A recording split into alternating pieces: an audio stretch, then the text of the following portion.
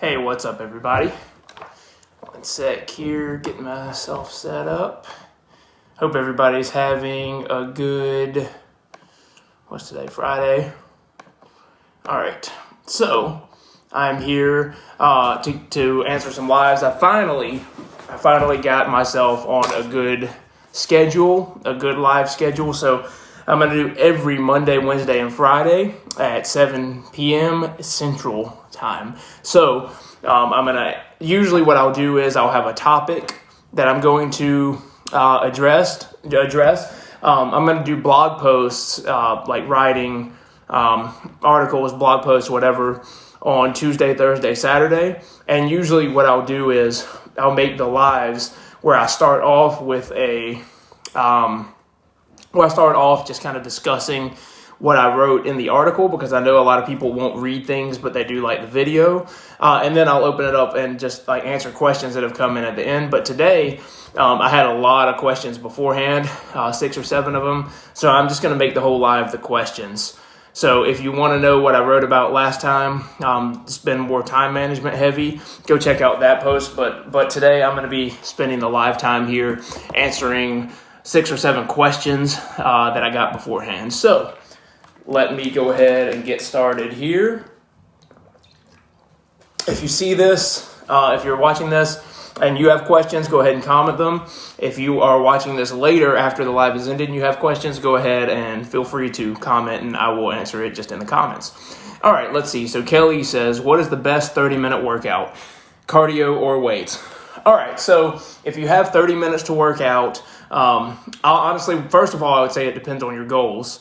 But for the vast majority of people, I would definitely say weights. If you're saying weights or cardio, definitely weights. Now, what you can do with weights in 30 minutes is limited, but what I would suggest is maybe doing 1 or 2 of the main lifts during that 30 minutes, focusing on that. So spend your 30 minutes doing your warm-up, doing your one of the big 4 lifts, the bench press, the squat, the overhead press, the deadlift, doing your reps of that, and then any accessories you have time for at the end. That's how I would suggest it. I've actually worked with a few people. One person I'm working with right now, I have her do just literally, she only has about 25 minutes a day, 6 days a week. So I have her do her warm-up sets and her like 1 lift. Well, actually, we do bench press and we do overhead press. And then on the other days, we do 2 sets of squats, 1 set of deadlift, so that she gets enough volume of those in. But that's how I'd split it up. I would definitely say weights over cardio for the majority of people. The only people I would not say that to is if your main goal is something endurance-based, such as getting such as running a marathon or doing a triathlon or something like that. If you want to do something like that, then you do want to prioritize cardio. Otherwise, I would definitely say weights, because not only is it going to burn calories, but it's also going to help you build muscle. The more muscle you have, the better your metabolism is, and the more you burn calories just at rest. So I could go on and on and on about why strength training, a lot more reasons, but that's why I would say weights. All right, let's see. Stan says, push-ups every day. How many days in a row before you need to rest your muscles?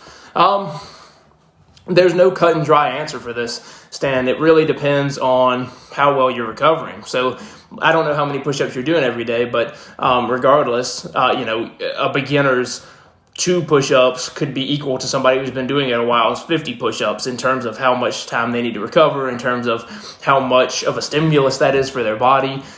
So what I would say is, are you recovering well? If you're doing them every day, let's say you're doing 50 push-ups. If you do 50 push-ups today on Friday, and then tomorrow on Saturday, you can do 50 push-ups again, and you can just keep doing 50 push-ups every day, you're recovering fine. Like, no reason to dial back. It doesn't matter. But if you do 50 push-ups today, and then tomorrow you can only do 43 push-ups, and then Sunday you can only do 41 push-ups or whatever, you're not giving yourself enough time to recover. People always get this confused about, like, you need this crazy soreness, all that kind of stuff. It's just about stress and recovery. So if you're giving your body enough stress to cause a change and enough recovery so that you can come back and do that workout again the next time, you're good. So I wouldn't stress. It's not that cut and dry about can you do them every day. It's how well are you recovering. Let's see here. All right, Rich says, I've been doing 3 sets of 3 to 5 for strength on compound lifts and 4 sets of 8 to 10 for some accessories to try and fill out. What's your opinion on rep ranges for CNS, strength, hypertrophy, and endurance? I'm sure you've answered this before, but I have a small attention span.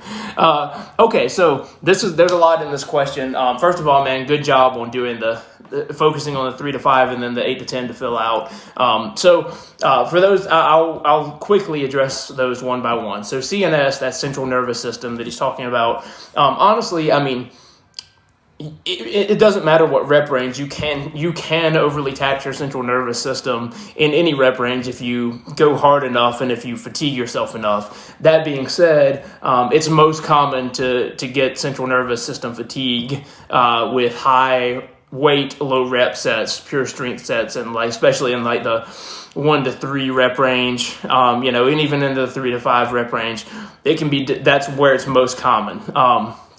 So I would say the thing about the CNS, it's not really about it, that. Although that's it's more common in those. Really, the most important thing to make sure that your nervous system your central nervous system is recovered is to deload.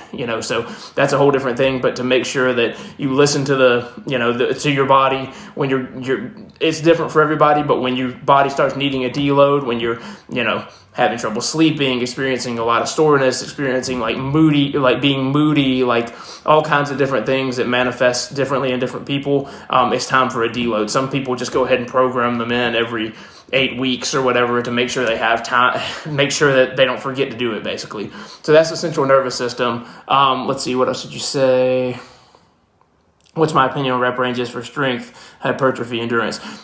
Basically, man, I would say the standard that most people will tell you is strength is anything between 1 to 6 reps. Hypertrophy is more between 8 to, typically you'd hear 8 to 12, sometimes all the way up to 15. And then anything above 15 is endurance. And basically what that means, if your goal is to get stronger, basically regardless of your, if you're a beginner, let's just say somebody's a beginner. I know you're not, so I'll get right back to you. But if you're a beginner, I just want you to hear, it doesn't really matter. Anything that you do, when you go from nothing to something, any of these rep ranges are going to make you stronger than you currently are. They're going to help you build more muscle than you currently have. That doesn't, just because any of them will help, it doesn't mean that that's optimal though. So what I've found in my own training and coaching clients is that 3 to 5 or 4 to 6 rep range that Rich is talking about, that's where you want to, typically most people want to start off. That's my opinion, but it's a pretty trustworthy opinion. So I would say that now that that's out of the way, Rich, I'll talk about you specifically. That's right. I mean, strength 1 to 6 reps, hypertrophy 8 to 12, 8 to 15, and then anything above 15 is endurance. So for those not 100% clear what I'm talking about, strength is just what it sounds like. It's literally that one, anything anywhere in that 1 to 6 rep range. You can even really split those down between the 1 to 3 rep range and the 4 to 6 rep range, but anything between that 1 to 6 rep range is best for strength. Just what it sounds like, best for getting stronger. Hypertrophy is that higher rep range. Hypertrophy just means muscle building, and then endurance means how many times you can repeat that movement without stopping, basically. So once you get above the 15 rep range in most exercises, that's not going to help you get a lot stronger. It's not going to help you build a lot more muscle. Once you've got that initial progress I talked about earlier as a beginner, but after that, you basically are going to be at a point where if you keep doing that, you're just not going to get any stronger. You're just going to increase the amount of times that you can do that movement over and over, which in most life circumstances is not that useful.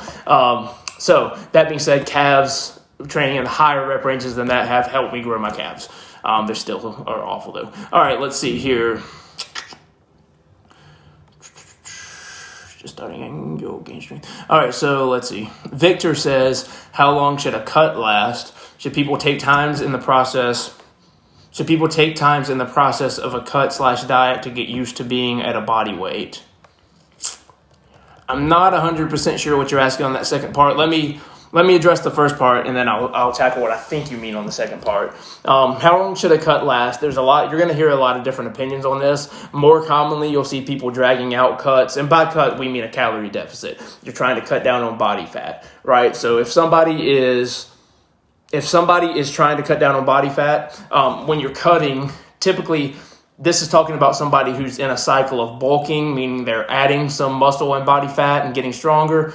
Because you always gain and lose muscle and body fat together, you can just skew the percentages, right? So like if you are bulking up and then you're cutting down, that's mostly what he's talking about. He's not necessarily talking about somebody who is like morbidly obese and has a lot of body fat to lose. Those people need to usually stay in a deficit for a good amount of time to get a lot of that body fat off. Maybe they need to go to maintenance here and there to give themselves a psychological break, to help to just kind of nurse their metabolism a little bit too. But overall, like those people are going to need to be in a calorie deficit for a longer period of time. But for somebody who has bulked up and they've gotten, let's say, anywhere from like 3 to 10% body fat more than they prefer, and they're cutting down, that's what he's asking. So what I would say, man, my personal preference, and what I do is I go like 3 to 4 weeks, and I put myself into about a 20 to 25% or more calorie deficit, because just honestly, I just hate it. Like I hate not being able to eat what I want. I hate not being able to finish my wife's food if she doesn't finish it. Like I want to be able to like enjoy life. In my opinion, fitness should be something that improves your quality of life, not detracts from it. And so, if I'm going to like cut down my body fat, I'm going to do it as quickly as possible. And I have some relatively extreme tactics I use to do that I would not recommend most people do, just because I have a lot of willpower for short bursts. I can really just like be brutal with my diet for like 3 to 4 weeks. But if it were longer than that, I would not have the willpower to do that. So I will, I can do that, and I don't really recommend it to most people. Every now and then I might have a client that I recommend it to, but mostly not. What I do is called protein sparing modified fasting. So I won't go off on a tangent about that, but look it up if you'd like. Again, don't recommend it to the vast majority of people because it's extreme. I usually will only do that for like 5 to 7 days, and then cut down into just a regular caloric deficit if I have more body fat that I want to lose. But I would recommend a shorter cut, 3 to 4 weeks, rather than what some people do for months, for several reasons. Number one, because a lot of times the longer you stay in a deficit, the slower your metabolism gets. And so I like to keep it short. Also, like I said, with my own willpower, I know I'm not the only one in this boat. A lot of people, they start losing motivation. They start losing the determination to do it. They start getting grumpy and agitated, and all kind of things are happening like when you're in a caloric deficit for a long period of time. And so I like to go, for those reasons, I like to keep it as short as possible. And also, if building muscle is a goal of yours, you're not building any muscle if you're in a caloric deficit. If you're brand new, again, you can build muscle and gain. You can build muscle and lose fat at the same time for a very, very short period of time, and then basically never again. So, if muscle gain is something, and strength gain is something you're concerned about, once you get past those novice, or newbie gains or whatever, you're not really going to you can't do it. So the longer you're in a deficit, the longer you're not building muscle or getting stronger as well. So yeah, that's how I'd answer that. My preference is to keep it as short as possible, man. 4 weeks tops is my preference. And if that's not long enough to lose the body fat, I would argue you probably bulked for a little bit too long. You probably put on a little bit more body fat than you should have in the bulk. That's my opinion. That's my strategy. All right, let's see here. I've got two more questions. Let's see. Reginald says, when squatting or deadlifting, should I wear shoes or be barefoot? Oh man. Well, honestly, so squatting, I would definitely wear. Okay, it depends on the shoes. Let me answer it that way. If you have lifting shoes, you have squat shoes, 100% you should use the squat shoes. They just put your body, like that raised heel, it just puts your body in a better position to squat naturally. My personal squat has gotten so much better since I moved to lifting shoes, rather than just, Converse or whatever. You definitely don't want to be lifting in like running shoes where the sole is squishy, where you've got what's really good for running shoes, which is that padding that because with running, it's that constant impact into the ground, and you want cushion for that. But with squats, you don't want that. With squats, you want a solid, sturdy thing that you're pressing off of, right? So barefoot would be better than like squishy running shoes.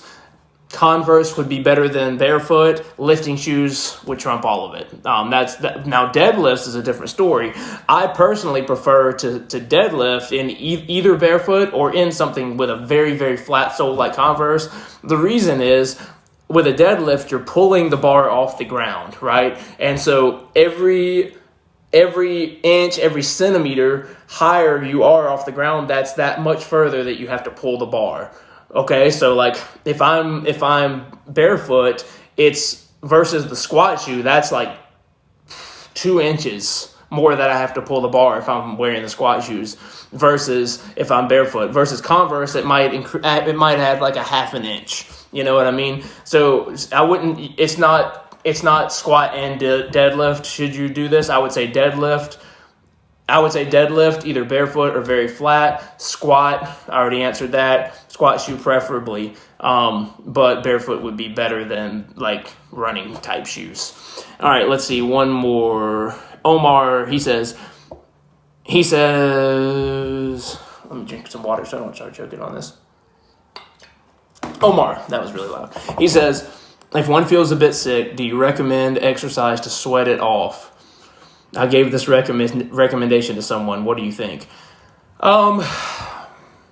So I'll say 2 things about this. Number one, I will tell you that as a fitness coach, my goal is not to heal sickness. My goal is to help people make progress toward their fitness goals. My goal is to help them optimize their training, right? So I personally, as a fitness coach, am not going to prescribe something, even through exercise, that would like help heal a sickness, because I don't believe I'm personally qualified to do that. I'm not a doctor. I don't have any medical training. So I would not recommend that somebody go and, try to sweat out a sickness, whatever. I don't even know if that's a thing, honestly, I personally would not recommend that.